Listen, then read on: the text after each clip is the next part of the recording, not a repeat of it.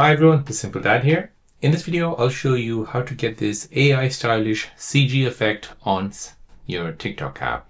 So if you want to change yourself into someone from an AI and you want to have this stylish effect like this, then let me show you how to get this filter.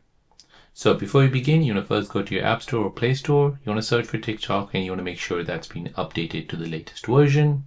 Once updated, go ahead and open the app. In the app, you're looking for the AI stylish effect.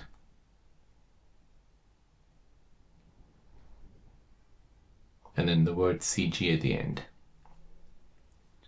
So this is the filter you're looking for. Go ahead and tap on the videos that are doing the trend. So for example, this one here, and this one as well. So in order to use this filter, go ahead and tap on AI stylish CG. Now go ahead and tap on use this effect. Now you want to go ahead and upload a picture of yourself. And then you want to let TikTok apply the AI effect on it. So just give it a few minutes.